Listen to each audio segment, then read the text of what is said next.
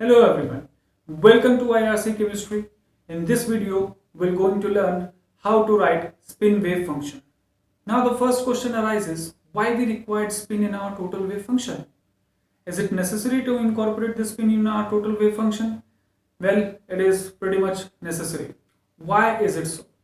Suppose जैसे ही हम लोग मैनी इलेक्ट्रॉन सिस्टम में एंटर करते हैं तो होता क्या है, आप एक सिंपल एग्जांपल ले लेते हैं हीलियम का। हीलियम के अंदर कितने इलेक्ट्रॉन हैं? 2 इलेक्ट्रॉन हैं। अब वो जो 2 इलेक्ट्रॉन है, अगर आप उन दोनों इलेक्ट्रॉन के स्पिन को दोनों इलेक्ट्रॉन के पोजीशन को अगर एक्सचेंज करते हो तो according to quantum field theory the total wave function also changes with a negative sign. Well, if you are not incorporating the spin in your total wave function, which means you are also ignoring those changes. So this is necessary to incorporate the spin part in your total wave function. So how to write in spin wave function? हम start करते हैं एक simple example से helium का। Helium के अंदर total 2 electrons हैं। बिल्कुल सिंपल एग्जांपल है, इसको स्टार्ट करते हैं। तो ये जो 2 इलेक्ट्रॉन है, इन 2 इलेक्ट्रॉन के लिए पॉसिबल स्टेट्स कितने हैं? 4 पॉसिबल स्टेट्स हैं। आपके स्क्रीन पे सभी को दिख रहा होगा। जो 4 पॉसिबल स्टेट्स हैं उसमें से पहला स्टेट क्या है? दोनों इलेक्ट्रॉन स्पिन अप हो सकते हैं, दोनों इलेक्ट्रॉन स्पिन डाउन हो सकते हैं। एक स्पिन अप हो सकता है, एक स्पिन डाउन, एक डाउन स्पिन, एक up spin. So these are the possible 4 spin states, and corresponding to these spin states we have a spin wave function as well. Alpha 1, alpha 2, alpha 1, beta 2, okay, and beta 1, alpha 2, beta 1, beta 2. Whereas 1 and 2 represents the number of electron, first electron or second electron. And as far as the space part is concerned, तो दोनों electron 1s orbital में है, तो space wave function क्या होगा? 1s1, 1s2. अब हम क्या करते हैं, इस स्पेस पार्ट को और स्पिन पार्ट को इनकॉर्पोरेट करते हैं। तो जैसे ही इनकॉर्पोरेट करेंगे हमारे पास 4 वेव फंक्शंस आ जाएंगे। पहला वेव फंक्शन, दूसरा वेव फंक्शन, तीसरा एंड फोर्थ वन। तो पहला wave function 1s1, 1s2, alpha 1, alpha 2, 1s1, 1s2, alpha 1, beta 2, फिर बीटा 1, अल्फा 2, बीटा 1, बीटा 2।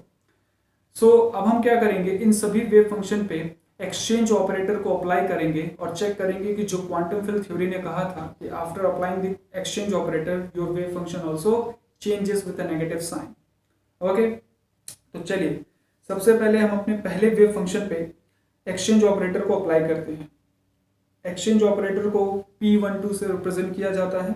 अगर मैं इसे Psi1 पे अप्लाई करता हूं तो मेरे पास वैल्यू क्या आएगी? 1s2, 1s1 and alpha 2, alpha 1। तो आपको देख के पता लग रहा होगा कि जब मैंने फर्स्ट वेव फंक्शन पे एक्सचेंज ऑपरेटर को अप्लाई किया तो मुझे फिर से Psi1 ही मिल गया। Okay, wait for that. Now exchange operator को हम लोग Psi2 पे अप्लाई करते हैं, तो 1s2, 1s1 एंड ये हमारे पास आ जाएगा अल्फा 2, बीटा 1। अब आपको ये जो वेव फंक्शन है आप इजीली देख सकते हो कि जब हमने Psi2 पे एक्सचेंज ऑपरेटर को अप्लाई किया तो डिफरेंट वेव फंक्शन कंप्लीटली हमें मिल गया, and this wave function is equal to Psi3। तो Psi2 पे अप्लाई किया तो हमें ना तो अब इसके बराबर मिला और ना ही with negative sine wave function मिला, एक डिफरेंट वेव फंक्शन मिल गया। अब हम लोग एक्सचेंज ऑपरेटर को Psi3 पे अप्लाई करते हैं। जब हम इसे Psi3 पे अप्लाई करेंगे तो हमारे पास आएगा 1s2, 1s1 and alpha 1, beta 2. Now again this wave function becomes equals to Psi2. Again Psi3 को जब हमने एक्सचेंज ऑपरेटर से अप्लाई किया तो हमें एक नया डिफरेंट वेव फंक्शन मिला जो कि Psi2 के बराबर है। Okay, now apply the exchange operator on fourth wave function.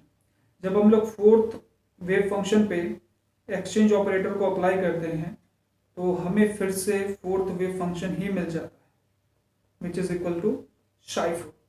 Exchange operator का मतलब सिर्फ इतना है, वो इलेक्ट्रॉन को एक्सचेंज करेगा। तो इलेक्ट्रॉन को हमने सभी वेव फंक्शन में एक्सचेंज किया और हमें कोई भी ऐसा वेव फंक्शन नहीं मिला जिसके पास नेगेटिव साइन हो।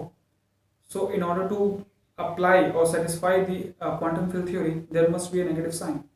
वेल, Psi1 एंड Psi4 दोनों वेव फंक्शन क्या है? बिल्कुल इक्वल है after applying the spin exchange operator. तो यहां से हम एक स्टेटमेंट लिख सकते हैं that Psi1 and Psi4 are symmetric wave function. इनको बोला जाता है symmetric wave function. Symmetric wave function, क्योंकि स्पिन एक्सचेंज ऑपरेटर अप्लाई करने के बाद भी इनमें कोई भी चेंज नहीं आया। Quantum field theory says that those particle which have zero और integral spin have this kind of wave function, integral spin. तो क्वांटम फील्ड थ्योरी के अकॉर्डिंग जिसका स्पिन जीरो हो या फिर इंटीग्रल मल्टीपल हो, वो सभी के सभी सिमेट्रिक वेव फंक्शन को पोजेस करेंगे। ना अब हम आते हैं Ψ2 और Ψ3 पे। Ψ2 और Ψ3 ना ही तो ये सिमेट्रिक हैं और ना ही एंटी सिमेट्रिक हैं। What do you mean by anti symmetric? Those wave function which changes with negative sign. तो हमें क्या करना पड़ेगा, लेकिन एक्सचेंज ऑपरेटर अप्लाई करने से पता चल रहा है Ψ2 and Ψ3 have a kind of relationship। तो जो बचपन से करते आते हैं क्वांटम मैकेनिक्स में, कि अगर आपको किसी दो वेव फंक्शन में रिलेशन मिलता है, then take the linear combination of both wave function. जैसे ही हमने लीनियर कॉम्बिनेशन लिया Ψ2 एंड Ψ3 का, we get two different wave function. तो मैं उसको Ψ2 डैश से लिख रहा हूँ। Ψ2 डैश सपोज आपका Ψ2 प्लस Ψ3 है, एंड Ψ3 डैश आपका है Ψ2 minus Ψ3। So this is the linear combination of Ψ2 and Ψ3। Ψ2 plus Ψ3 जब किया तो हमारे पास वेव फंक्शन आया 1s1, 1s2, alpha 1, beta 2 plus alpha 2, beta 1। This is the wave function associated with Ψ2 dash। Okay, now अब हम Ψ3 dash निकालते हैं। तो Ψ3 dash हमारे पास आता है 1s1, 1s2 एंड जो स्पिन पार्ट होगा वो होगा alpha 1, beta 2 minus alpha 2, beta 1। ये हमारे पास दो नए वेव फंक्शन है। Now apply the exchange operator. When we apply the exchange operator on Ψ2 dash, we again get 1s2, 1s1 and यहाँ पे alpha 2, beta 1 plus alpha 1, beta 2।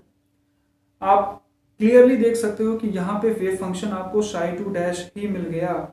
मतलब जब Ψ2 और Ψ3 का लीनियर कॉम्बिनेशन लिया तो एक नया उन वेव फंक्शन में लीनियर कॉम्बिनेशन के बाद उसमें से एक वेव फंक्शन सिमेट्रिक निकला। ठीक है, अभी तक हम अपने एंटी सिमेट्रिक वेव फंक्शन के पास नहीं पहुंचे। Now apply the exchange operator on Ψ3 dash. जैसे हमने Ψ3 डैश पे अपना एक्सचेंज ऑपरेटर अप्लाई किया तो हमें मिला alpha 2, beta 1 minus alpha 1, beta 2। Now take the minus sign out of the bracket, will get alpha 1, beta 2 minus alpha 2, beta। अब ये जो वेव फंक्शन है बिल्कुल एग्जैक्टली सेम है किसके बराबर? Ψ3 डैश के बराबर। And this wave function has a negative sign, which means that Ψ3 dash is a anti-symmetric wave function, and according to quantum field theory, these wave functions were possessed by those particles which have integral multiple of half, okay, so those wave function which have integral multiple of half can possess anti-symmetric wave function। So if you were asked in the examination that what is the total wave function of the helium ground state, तो आपका answer होगा Ψ3 dash। Ψ3 dash is your total wave function which incorporates the space part as well as the spin part। जैसे ही हमने दोनों electron के position को exchange किया, वेव फंक्शन भी चेंज हो गया। This is amazing. This is the beauty of anti symmetric. जो ये एक्सचेंज ऑपरेटर है इसको एंटी सिमेट्रिक ऑपरेटर भी बोला जाता है। So this is the beauty of exchange operator. So thank you so much. This is the end of the video. Do like and subscribe our channel.